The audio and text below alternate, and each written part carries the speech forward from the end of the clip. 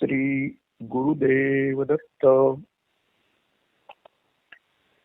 श्रीपाद श्री वल्लभ नरहरि दत्तात्रेया दिगंबरा वासुदेवानंद सरस्वती सद्गुरुनाथा कृपाकरा। श्रीपाद श्री वल्लभ नरहरि दत्तात्रेया दिगंबरा वासुदेवानंद सरस्वती सद्गुरुनाथा कृपाकरा। अवधूत चिंतन श्री गुरुदेव दत्त। प्रवचन क्रमांक 17। આપણે દત્તાવતારી સંતો શ્રી વાસુદેવાનંદ સરસ્વતી સ્વામી મહારાજના જીવન લીલાના પ્રસંગો અને તેના વિવિધ પાસા ઉપર મનન ચિંતન કરીને તેમાંથી કંઈક બોધ પ્રાપ્ત કરવા માટે પ્રયત્ન કરીએ છીએ. અનેક પ્રકારના ભક્તો સ્વામી મહારાજ પાસે આવતા અને સ્વામી મહારાજ તેમના સંકટોનું નિવારણ કરતા, તેમની જે ઈચ્છા હોય એ ઈચ્છા પૂરી કરતા હતા. તો સાવંતવાડી જિલ્લાનો એક બ્રાહ્મણ પિશાચ પીડાથી ત્રાસીને સ્વામી મહારાજના માર્ગદર્શન માટે આવ્યો છે. તે સમયે સ્વામી મહારાજનું મુકામ અવની ગામે હતું અને સ્વામી મહારાજે તેને વાડીમાં જઈને અનુષ્ઠાન કરવા જણાવ્યું હતું. તો અનુષ્ઠાન પણ આપણે કોઈ પુણ્ય સ્થળે કે ક્ષેત્રમાં કે તીર્થ ક્ષેત્રે આપણે કરીએ તો તેમાં આપણને વધારે સફળતા મળે છે. તે બ્રાહ્મણના દાદાએ એક બ્રાહ્મણની વાડી ઝૂંટવી લીધી હતી અને વાડીનો મૂળ માલિક પિશાચ થઈને તેને ત્રાસ આપતો હતો. તેની પત્ની તથા પુત્રોને પિશાચે યમધામ પહોંચાડી દીધા હતા. હવે પૌત્રનો પણ વારો આવ્યો હતો. પૌત્રનું નસીબ સારું કે તે સ્વામી મહારાજને શરણે ગયો છે. નરસોબાવાડીમાં તે બ્રાહ્મણે અનુષ્ઠાન શરૂ કર્યું અને પિશાચે તેના શરીર પર સોજો ઉત્પન્ન કર્યો છે. આથી તે બ્રાહ્મણ અનુષ્ઠાન પૂરું કરી શક્યો નહીં. તો કેટલીક વાર જેના થકી આપણને ત્રાસ થાય છે એવા કોઈ પ્રેત કે પિશાચ હોય તો એમને દૂર કરવા આપણે જે અનુષ્ઠાન કરીએ તો એ અનુષ્ઠાનને તેઓ પૂરું થવા દેતા નથી. કારણ કે જો પૂરું થાય તો તેમને આમનું શરીર અને એમને ત્રાસ આપવાનું છોડી દેવું પડે છે. સ્વામી મહારાજ જ્યારે વાડીમાં પધાર્યા ત્યારે તે બ્રાહ્મણ ફરી તેમને શરણે ગયો અને સ્વામી મહારાજે તેને 3 લાખ ગાયત્રીના જપ તથા શ્રી ગુરુચરિત્રના 49 સપ્તાહ પારાયણ કરવા માટે કહ્યું છે. તો પિશાચનો ત્રાસ દૂર કરવા માટે 49 સપ્તાહ પારાયણ અને 3 લાખ ગાયત્રીના જપ. તો પિશાચે તેને 75,000 જપ કરવા માટે કહ્યું હતું કે 75,000 ગાયત્રીના જપ કરશો તો મને મુક્તિ મળશે. પરંતુ સ્વામી મહારાજે કહ્યું કે 75 નહીં પણ 3 લાખ જપ કરવા માટે બ્રાહ્મણને કહ્યું છે. અને કારણ સ્વામી મહારાજે કહ્યું છે કે કલૌ ચતુર્ગુણમ પ્રોક્તમ, એટલે કે કલિયુગમાં 4 ગણો જપ કરવો જોઈએ તો જ આપણને ફળ પ્રાપ્ત થાય. જો 4 ગણો જપ ન કર્યો હોત તો પિશાચ પીડા દૂર ન થઈ હોત. તો સ્વામી મહારાજે તે બ્રાહ્મણ પર તીર્થ પ્રોક્ષણ કરતા પિશાચ દેહ છોડીને જતો રહ્યો છે તથા તેને મુક્તિ મળી છે. તે બ્રાહ્મણે સ્વામીજી નિર્દિષ્ટ જપ તથા બ્રાહ્મણ સમારાધના કરી. કોઈ પણ અનુષ્ઠાન પછી બ્રાહ્મણ ભોજન અવશ્ય હોય છે, તો એ રીતથી બ્રાહ્મણ સમારાધના દક્ષિણા પણ આપી અને એ રીતથી તે પિશાચ પીડામાંથી મુક્ત થયો છે. પરંતુ જો તેના દાદાએ બ્રાહ્મણની વાડી છીનવી ન હોત તો બધાના પ્રાણ પણ ન ગયા હોત તથા બ્રાહ્મણે જે સમય પિશાચ પીડા નિવારણાર્થ એને ખર્ચ્યો હતો તે સમયમાં તે ઈશ્વરની નિષ્કામ ઉપાસના અને આધ્યાત્મિક પ્રગતિ કરી શક્યો હોત. સત્તા, દ્રવ્ય કે ઇતર છળ કપટથી મનુષ્ય કોઈને પણ છેતરી શકે છે. દેખીતી રીતે તેનો વિજય દેખાય છે, પરંતુ તે પછીની પેઢીને અને તેના વંશજોને વેઠવા પડતા કષ્ટોને ખ્યાલ કરીને કોઈએ પણ બીજાને ત્રાસ કે કષ્ટ પહોંચાડવું નહીં. કેટલાક લોકો સત્તા કે દ્રવ્યના મદમાં બીજાને કનડવા હંમેશા તત્પર હોય છે.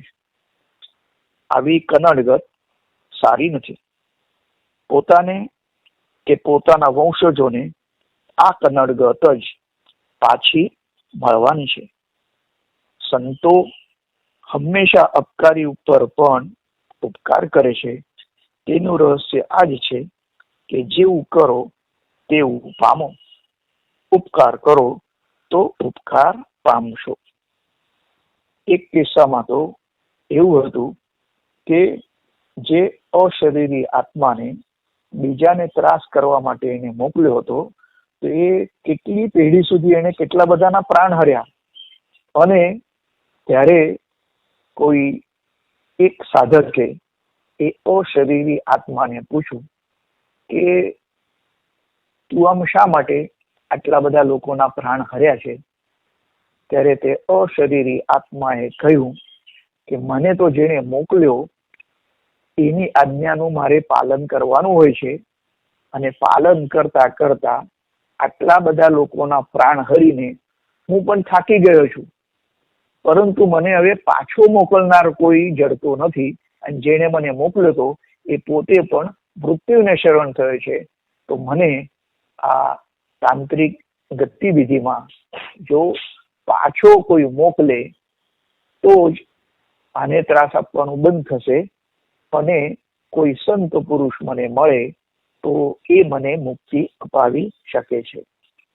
તો કોઈ પણ તામસિક કાર્ય આપણે કદી પણ કરવું જોઈએ નહીં, અને એનું ફળ કદી પણ સારું હોતું નથી, અને તે આપણને હંમેશા કોઈ ને કોઈ સંકટમાં મૂકતું જ હોય છે.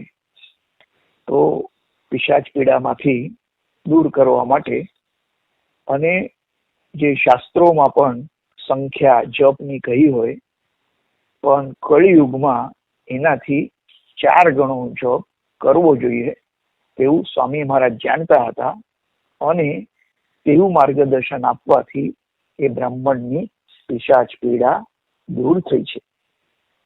એના પછી છે શ્રી ધુંડીરાજ કવિશ્વર, અને સિદ્ધાંત છે પ્રપંચમાં રહીને પરમાર્થ કરવો. તો નૃસિંહવાડીના શ્રી ધુંડીરાજ કવિશ્વર ધારવાડમાં સ્વામી મહારાજના દર્શને આવ્યા હતા. તેમના પિતાજી શ્રી વક્રતુંડ બુવા પણ સ્વામી મહારાજ ના ભક્ત હતા, અને વાડીમાં પ્રવચન દરમિયાન જ્યારે સ્વામી મહારાજ પ્રવચન કરતા ત્યારે તેઓ પૂછતા કે વક્રતુંડ બુવા આવ્યા છે કે નહીં, અને વક્રતુંડ બુવા આવ્યા હોય તો તેની ખાતરી કરીને પછી જ સ્વામી મહારાજ એ પ્રવચન કરતા. તો વક્રતુંડ બુવા વિદ્વાન પણ હતા, ભક્ત પણ હતા અને સાત્વિક પણ હતા. તો વક્રતુંડ બુવાના ચિરંજીવી શ્રી ધુંડીરાજની પિતાજીના દેહાંત પછી વાડીમાં જ શુક્લ વૃત્તિથી રહીને પ્રભુની સેવા કરવાની ઈચ્છા હતી. એટલે ધર્મશાળામાં રહીને માધુકરી ભિક્ષા માગવાની અને સમગ્ર દિવસ કોઈને કોઈ અનુષ્ઠાન કરતા રહેવાનું અને તીર્થ ક્ષેત્રમાં રહેવાનું, પરંતુ ગૃહસ્થાશ્રમી થવાનું નહીં એવી તેમની ઈચ્છા હતી. પરંતુ સ્વામી મહારાજે તેમને પ્રપંચમાં જ રહીને પરમાર્થ સાધવો એમ આજ્ઞા કરી છે. સ્વામી મહારાજે તેમને મંત્રાનુષ્ઠાન પણ બતાવ્યું હતું, જે તેમણે શ્રદ્ધાપૂર્વક સંપન્ન કર્યું હતું. સ્વામી મહારાજની આજ્ઞાથી પુરાણ પ્રવચનાદિથી ધર્મ જાગૃતિનું કામ તેઓ સુંદર રીતે કરતા હતા. તો પ્રવચન, કીર્તન ઇત્યાદિ નો આશ્રય જે લોકો લે છે અને ગુજરાન પણ ચલાવે છે, તો તેઓ અવશ્ય તેવી રીતે કરી શકે છે. પરંતુ જે ઉપદેશ તેઓ પ્રવચનમાં આપે છે તે ઉપદેશનું આચરણ તેમના જીવનમાં અવશ્ય થવું જોઈએ. ફક્ત પોપટપંજી કરીએ તો એ ઉપદેશની કદી પણ અસર થતી નથી. તો અક્કલકોટ સ્વામી મહારાજના ચરિત્રમાં એક વાત આવે છે. તો એક પ્રવચનકાર અક્કલકોટ સ્વામી મહારાજની હાજરીમાં પ્રવચન આપતા હતા અને એ વખતે જે પ્રચલિત માન્યતા હતી કે ના પુત્રસ્ય કા ગતિ, જેને પુત્ર સંતાન નથી એને પરમાર્થમાં ગતિ મળતી નથી અને એ જીવ અવગતિએ જાય છે, એવી એક માન્યતા હતી. આથી લોકો સંતતિ પેદા કરવા માટે તેઓ વિશેષ આગ્રહી રહેતા હતા. અને આવું શાસ્ત્રનું વચન પેલા પ્રવચનકારે અક્કલકોટ સ્વામી મહારાજની સમક્ષ અને હાજરીમાં કર્યું. એટલે અક્કલકોટના સ્વામી મહારાજે તરત જ ત્યાં બ્રેક મૂક્યો છે અને એમણે કહ્યું છે કે પુત્ર સંતતિ હોય, પરંતુ એ પુત્ર સંતતિ જો ધર્મ માર્ગે આચરણ ન કરે અને અધર્મમય કે અનીતિમય જીવન વિતાવે તો એના કર્મોનું ફળ પણ એમના પિતૃઓને ભોગવવું પડે છે. એટલે ફક્ત પુત્ર સંતતિ હોવી જ એ કોઈ જરૂરી નથી, પરંતુ સંતતિને તમે સંસ્કાર આપો અને એવા જો સંસ્કારી ધર્મમય જીવન જીવનાર સંતતિ હોય તો તે ઈચ્છનીય છે. અને જો માતા પિતાની આજ્ઞા ન પાળનાર કે માતા પિતાની સેવા ન કરનાર, સંત પુરુષોની સેવા ન કરનાર એવી સંતતિ થાય તો એ સંતતિ એ માતા પિતાને પણ એ નરકમાં લઈ જાય છે. તો પ્રવચન કે શાસ્ત્રનો કોઈ પણ સિદ્ધાંત હોય તો એનો એક ગૂઢ અર્થ પણ હોય છે અને એક શાબ્દિક અર્થ પણ હોય છે. તો અક્કલકોટના સ્વામી મહારાજે આ રીતથી એ પ્રવચનકારને જણાવ્યું હતું. અક્કલકોટ મહારાજ એટલે સ્વયં પોતે વેદ તુલ્ય હતા અને તેમને કોઈ પણ ગ્રંથ કે શાસ્ત્ર વાંચવાની જરૂર ન હતી.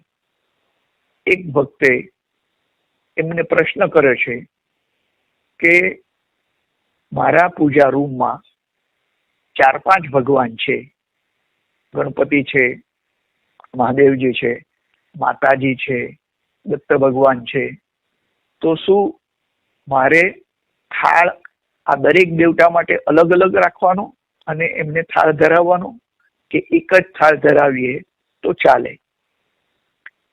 તો અક્કલકોટના સ્વામી મહારાજે તે ભક્તને જણાવ્યું કે દેવતાઓ કઈ તમારા મનુષ્યની જેમ અંદર અંદર ઝઘડતા નથી, અને બધા માટે તમે એક જ થાળ ધરાવો તો પણ ચાલે. પરંતુ મોટા મંદિરોમાં જ્યારે મૂર્તિઓની અલગ અલગ પ્રતિષ્ઠા કરેલી હોય તો ત્યાં તમે અલગ અલગ થાળ ધરાવી શકો છો. તો આ રીતથી અક્કલકોટ મહારાજે જે માર્ગદર્શન કર્યું હતું ગુરુ પરંપરા પ્રમાણે, તો એ પણ આપણે જોયું છે. તો ધારવાડ પ્રાંતના મદીહાલ ગામમાં સ્વામી મહારાજ અને તેમની મુલાકાત થઈ હતી, અને તેમની ઈચ્છા ત્યાં સ્વામી મહારાજને ભિક્ષા કરાવવાની હતી. પરંતુ અસંખ્ય ભક્તોમાં તેમને તક મળશે કે કેમ તે ચિંતામાં તેઓ હતા, અને તેમનું નિર્મળ અંતઃકરણ તથા સાત્વિકતા જોઈને સ્વામી મહારાજે તેમને ભિક્ષાની તૈયારી કરવા માટે આજ્ઞા કરી છે. તો પોતાની ભિક્ષા કરાવવાની મનોકામના પૂરી થતા શ્રી ધુંડીરાજ કવીશ્વરને કૃતાર્થતાનો ભાવ ઉત્પન્ન થયો છે. શ્રી ધુંડીરાજ કવીશ્વરનો સંતોષી સ્વભાવ તથા સમાધાનની વૃત્તિથી સ્વામી મહારાજને તેમના પર વિશેષ પ્રેમ હતો. ગરડેશ્વરમાં તેઓ સ્વામી મહારાજના દર્શને ગયા, અને સ્વામી મહારાજે તેમને ઘણા દિવસો સુધી આગ્રહપૂર્વક રાખ્યા છે.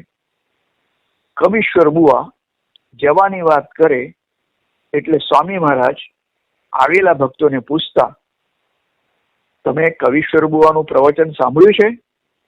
એટલે ભક્તો ના પાડે એટલે સ્વામી મહારાજ તેમને જણાવતા કે આજે સાંભળો, અને ધુંડીરાજ બુઆ પણ ગુરુઆજ્ઞાથી ત્યાં રોકાઈ જતા. તો પ્રયાણ વખતે સ્વામી મહારાજે તેમને એક શ્રીફળ તથા છાટી પ્રસાદ તરીકે આપીને આશીર્વાદ આપ્યા છે. શ્રી ધુંડીરાજ કવીશ્વરના દીકરા શ્રી દત્ત મહારાજ કવીશ્વર તરીકે ઓળખાયા, અને તેઓ પણ ઉત્તમ પ્રવચનકાર, શાસ્ત્રોના નિષ્ણાત અને વિદ્વાન હતા. 12 વર્ષની ઉંમરે તેમણે પ્રથમ ભાગવત સપ્તાહ કરી હતી. પૂનામાં આવેલ શ્રી ગોરવણી મહારાજ સ્થાપિત શ્રી વાસુદેવ નિવાસ મઠના તેઓ પીઠાધીશ પણ હતા. ગોરવણી મહારાજ પછી શ્રી વક્રતુંડ બુઆ એ જ દત્ત મહારાજ તરીકે ફરી જન્મ્યા છે તેમ સ્વામી મહારાજનું કહેવું હતું. તો દાદા એ પુનર્જન્મ લઈને પૌત્ર તરીકે જન્મે છે એવી આપણા ઘણા બધા લોકોની માન્યતા છે. તો તેને પણ આ સ્વામી મહારાજે પુષ્ટિ આપી છે.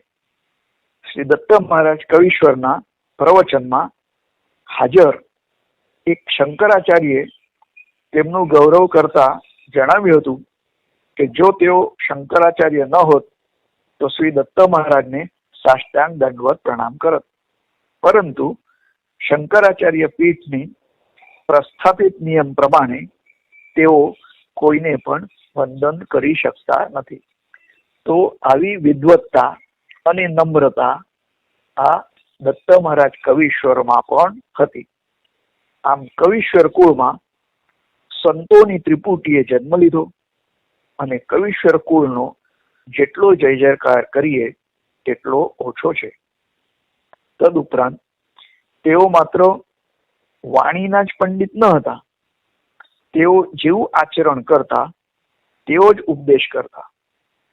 સાત્વિકતા, ભક્તિ, તપશ્ચર્યા, શાસ્ત્રાધ્યયન ઇત્યાદિ ગુણોથી વિભૂષિત હોય તેવા ભક્તો પર જ સ્વામી મહારાજ પ્રેમ રાખે, સ્નેહ કરે તે સ્પષ્ટ છે.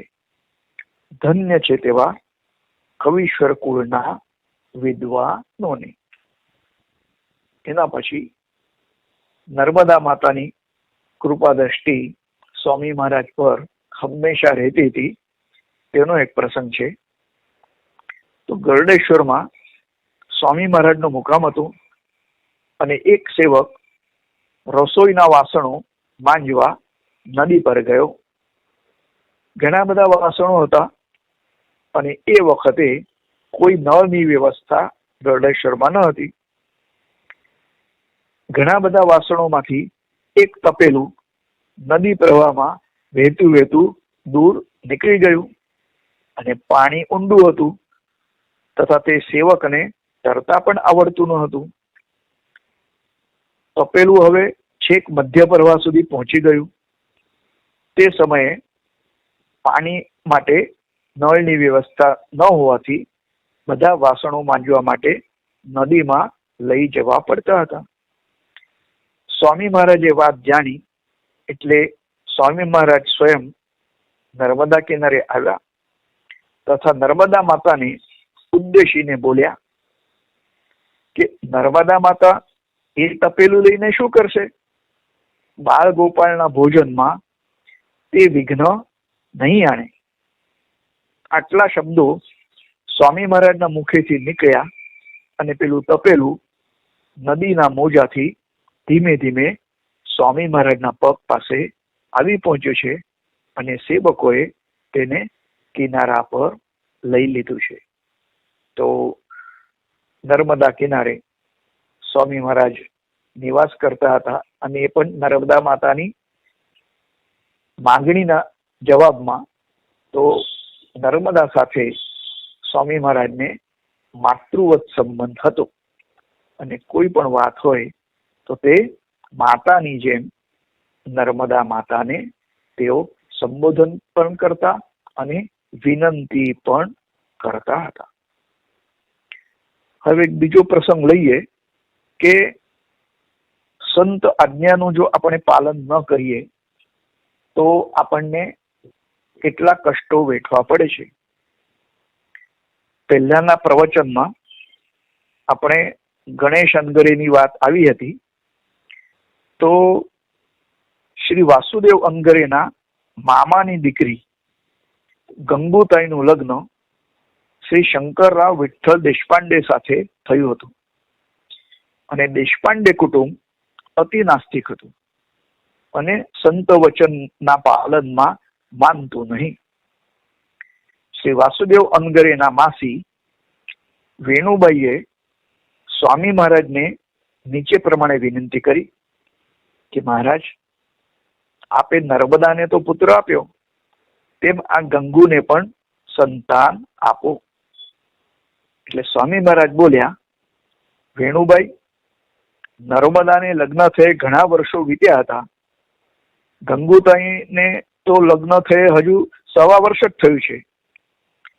આથી તારો પ્રશ્ન અસ્થાને છે, પરંતુ તારા પ્રશ્નની કુંડલી પરથી એમ લાગે છે કે ગંગુના નસીબમાં એક જ પુત્ર છે, પરંતુ તે પિતાના મૂળ ઉપર એટલે કે ઘાતક છે. આથી પુત્ર જન્મ પછી પિતા જો 6 માસ સુધી પુત્રનું મોઢું ન જુએ તો સારું. પુત્ર જન્મ પછી 6 માસ સુધીમાં જો પિતા પુત્રનું મુખ જોશે તો ગંગુને વૈધવ્ય પ્રાપ્ત થશે. આ પ્રસંગ ઈસવીસન 1913 નો છે. આ પછી ગંગુતાઈને પુત્ર સંતાન થયું અને તેના નામકરણ સંસ્કાર નિમિત્તે શંકરરાવ દેશપાંડેને જાણ કરવામાં આવી છે. આ સાથે શંકરરાવને સ્વામી મહારાજે કહેલી સૂચના પણ કહેવામાં આવી કે 6 માસ સુધી પિતાએ પુત્રનું મુખ જોવું નહીં તો પરિણામ સારું નહીં હોય. દેશપાંડે કુટુંબ નાસ્તિક હોવાથી નામકરણ સંસ્કાર વખતે તેમણે શંકરરાવને જ મોકલ્યા છે અને શંકરરાવ નામકરણ વખતે સાસરે આવ્યા અને લોકોની ઉપેક્ષા કરી પારણામાંથી પોતાના પુત્રને ઊંચક્યો છે. ગંગુતાઈને ઘણું જ માઠું લાગ્યું, ગુસ્સે પણ થઈ, પરંતુ શંકરરાવ તેને ગણકારે તેમ ન હતા.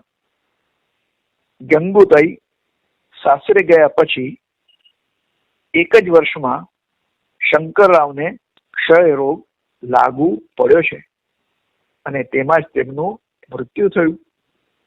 પરિણામે ગંગુતાઈ પણ વિધવા થયા છે. ગંગુતાઈનો દીકરો ચિંતામણી પણ તેના લગ્ન પછી એક કન્યાનો પિતા બની અને ક્ષય રોગમાં જ મૃત્યુ પામ્યો છે. જો દેશપાંડે કુટુંબ સ્વામી મહારાજનું વચન તેમણે માન્ય રાખ્યું હોત અને તે મુજબ પિતાએ ગ્રહ શાંતિ કર્યા બાદ પુત્ર મુખ જોયું હોત તો પિતાનું આ રીતે દેહાંત પણ ન થાત અને 6 માસની અંદર જન્મથી ગ્રહ શાંતિ કરવા સ્વામી મહારાજે કહ્યું હતું. આમ નર્મદાબેન અનગરેને સ્વામી મહારાજે 16 વર્ષનું આયુષ્ય વધારી આપ્યું હતું, કારણ કે અંગરે કુટુંબ સંતોની સેવા કરનારું હતું. જો તેમણે સ્વામી મહારાજની વાત ગ્રાહ્ય રાખી હોત તો શ્રી દેશપાંડે પણ આવા જ સુખના ભાગીદાર બની શક્યા હોત. ઘરમાં સદા આનંદ કિલ્લોલ રહ્યો હોત. પરંતુ નાસ્તિક હોવાથી તેમણે સંત વચન અનુસાર વર્તન કર્યું નહીં અને ઘોર આપદા ભોગવી છે. શંકરરાવ સ્વયં તો પ્રભુને પ્યારા જ થયા, પરંતુ પત્નીને પણ વૈધવ્ય આપતા ગયા છે. આથી સંતની આજ્ઞાનો કદી પણ ભંગ કરવો જોઈએ નહીં.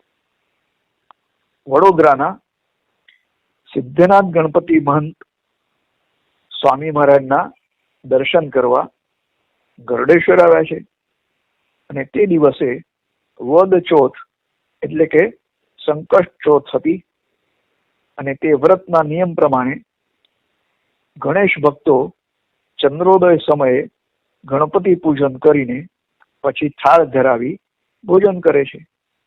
એટલે સ્વામી મહારાજે મહંતને રાત્રે પૂજનોપરાંત થાળ ધરાવી ભોજન કરીને પછી ગરડેશ્વરથી નીકળવા માટે સલાહ આપી છે.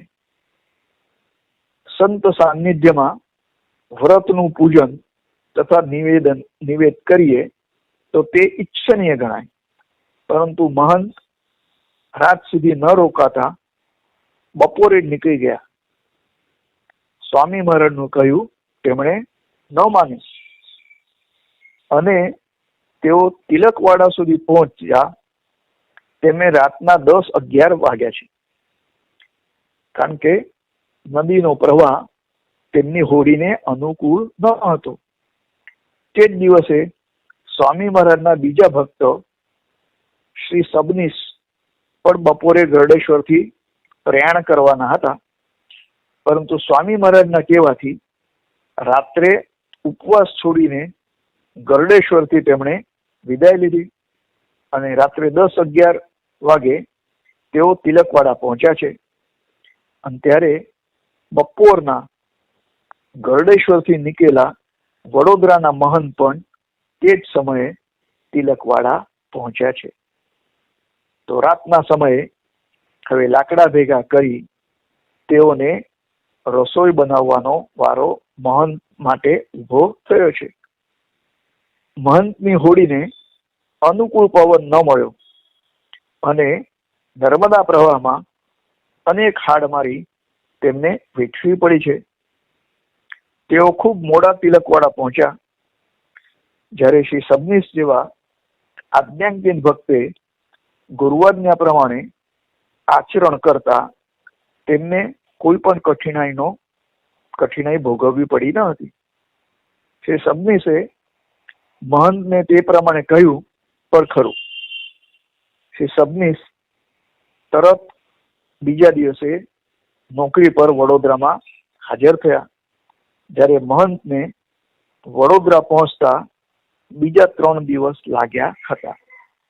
તો સંત પુરુષ સામાન્ય સૂચન પણ આપણને કરે તો તે સૂચનનો આપણે અવશ્ય સ્વીકાર કરવો જોઈએ અને તેમાં જ આપણું કલ્યાણ કે ભલું હોય છે. અવધૂત ચિંતન શ્રી ગુરુદેવ દત્ત.